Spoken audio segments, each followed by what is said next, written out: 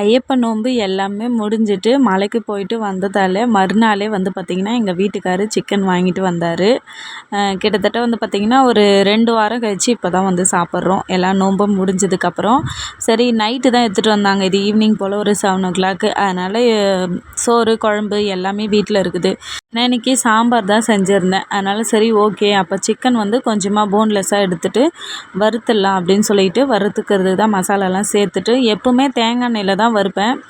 ஆனால் இருக்கிற விலைக்கு இங்கே கேரளாவில் தேங்காய் எண்ணெய் விலை அதிகமாக இருக்குது. அதனால் ஆயிலில் தான் வந்து சிக்கனை வறுத்து எடுத்தேன். ஆனால் எங்கள் வீட்டில் வந்து பார்த்திங்கன்னா தேங்காய் எண்ணெயில் வறுத்தா தான் வந்து சிக்கன் குழம்பா இருந்தாலும் சரி, சிக்கன் வறுவலாக இருந்தாலும் சரி ரொம்ப பிடிக்கும். அப்போ தான் நல்லா சாப்பிடும் செய்வாங்க. இருந்தாலும் வறுத்து முடிச்சிட்டேன்.